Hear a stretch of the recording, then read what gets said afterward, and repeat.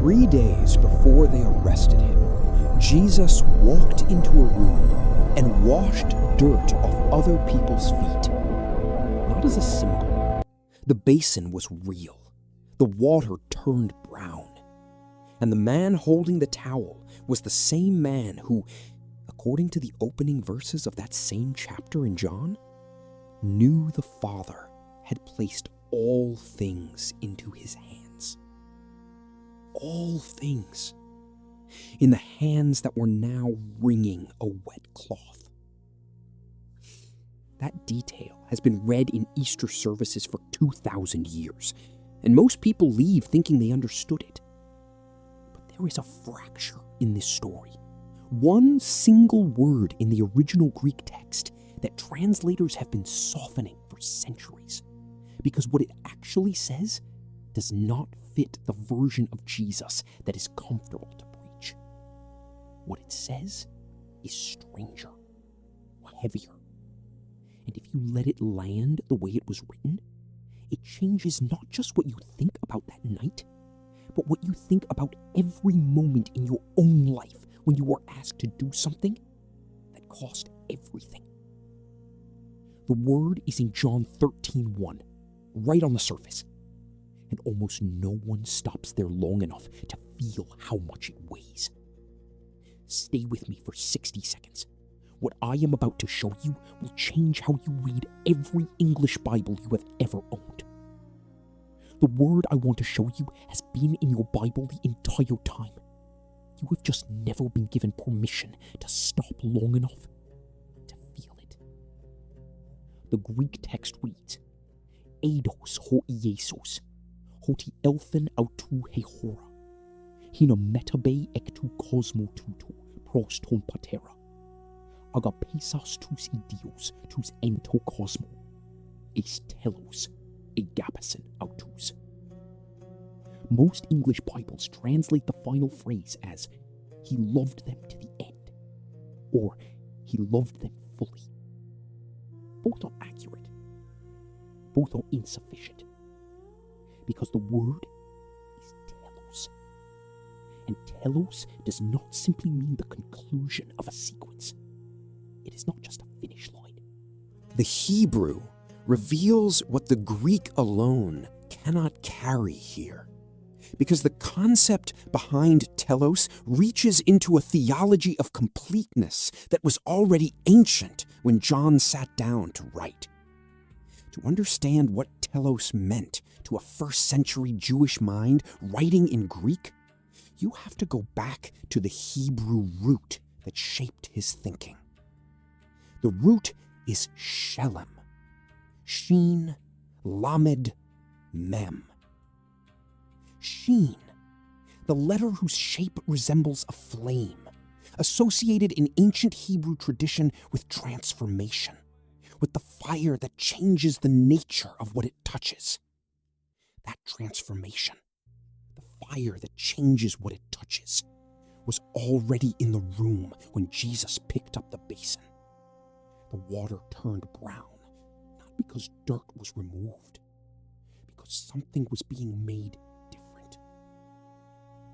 Lamed, the letter of the ox goad, the instrument that directed movement, that applied pressure in a specific direction toward a specific purpose.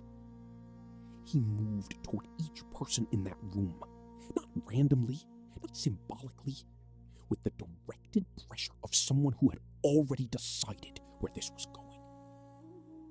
Mem, the letter of water, of the deep, of what flows and fills every available space. The basin was not emptied until every foot was clean. Shelem, together. Shalom.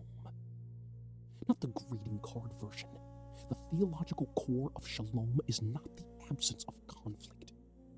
It is the presence of nothing lacking. Wholeness reached through process. The goad directing movement through fire until the water, the depth, the fullness is reached. Shalom is not a static condition. It is the result of being moved, pressed, transformed. When John writes eis telos, to the completeness, he is not writing a farewell. He is writing a declaration that what was about to happen was the fulfillment of a wholeness that had been in motion since before the basin, before the towel, before the Passover meal. The love was not completed only by the cross. It was already complete in the act of kneeling, already telos, in the moment of choosing to touch what was dirty. Did that shift something in how you read the word love? Because what comes next will shift it further. John 13 opens with the knowledge of the hour. Jesus knows the hour has come, knows Judas already carries the decision in his chest, knows Peter will draw a sword and then deny him before dawn, knows Thomas will not believe without touching the wounds. He knows all of this. And the next thing he does is fill a basin with water and move toward the feet of every person in that room, including Judas. The text does not say he skipped Judas. The silence of the text on that point is loud. A man who washes the feet of the person he knows will betray him is not performing humility. He is doing something that has no clean psychological category. It is not forgiveness. The betrayal has not happened yet. It is not strategy. It is not therapeutic. It is love telos. Love completeness. Love that is not interrupted by what it knows is coming. Now let 3 independent layers of evidence press against that. The canonical layer first. The Gospel of Mark, written before John, preserves a detail that most readers skip because it appears only once and has no obvious narrative function. Mark 14:51-52 records that when Jesus was arrested in the garden, a young man was following him wearing only a linen cloth. And when soldiers grabbed at him, he left the cloth behind and ran away naked. Scholars have debated for centuries who this young man was. What almost no one stops to consider is why Mark includes this detail. Mark is the shortest gospel. He wastes nothing. Every word carries weight. And this unnamed, naked figure running into the darkness is positioned immediately after the arrest, immediately after the disciples fled. Commentators from Origen onward have read this as a deliberate echo of Genesis 3, the moment in the garden where shame and nakedness first entered human experience. Mark is placing a second garden, a second nakedness, a second flight into darkness, and setting the arrested Jesus as the one who does not run, the one who stays. Love completeness does not flee even when everyone around it is fleeing. The extra-canonical layer goes deeper. The Book of Jubilees, a Jewish text from the 2nd century before Christ, found among the Dead Sea Scrolls at Qumran, contains an extended meditation on the concept of service as a form of covenant ratification. In Jubilees 21, Abraham instructs Isaac that the posture of washing, specifically the washing of another person's feet or hands, carried in ancient Near Eastern culture a legal weight that modern readers miss entirely. Washing another person's feet within the covenant traditions Jubilees works with was a public declaration that you were bound to that person's well-being. Not courtesy, commitment with legal force. The root used in ritual service contexts in these texts is douleion, the Greek reflecting the Hebrew eved, servant, one who acts within a structure of covenantal obligation. When Jesus takes up the basin in John 13, the gesture is not merely humble in the emotional sense. it is juridically loaded in the theological sense. He is, in the cultural language of the first century, declaring covenant with every person in that room, including the one who carried the group's money and had already negotiated the price. There is a third layer, and it comes from no scroll. In 2012, Naomi Eisenberger and her team at UCLA published research demonstrating something neuroscience had not previously been able to measure with precision. Social pain and physical pain activate the same neural pathways. The same region of the anterior cingulate cortex that processes the cut of a knife processes group rejection, public humiliation, the inversion of hierarchy, not metaphorically, neurologically. The brain does not make a clean distinction between the two. Now lay that over what Jesus did in that room.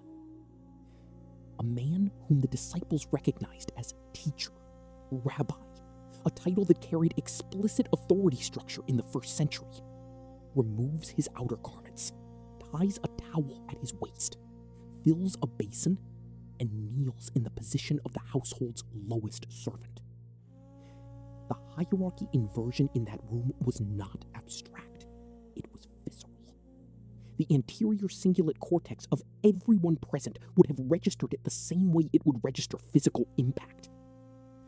The neurological cost of absorbing the humiliation of the servant's posture, of actively choosing to occupy the lowest position when everyone in the room knew exactly who he was not metaphorically expensive.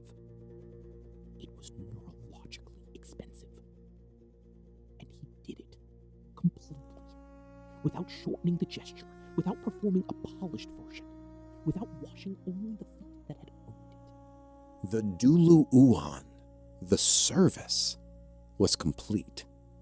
The telos was already there, in the basin, before any cross. The basin is still there, not as a relic, not as a prop in a Maundy Thursday service, as a question that has been sitting inside that story for 2,000 years, waiting for you to feel the weight of it, rather than simply recognize the image.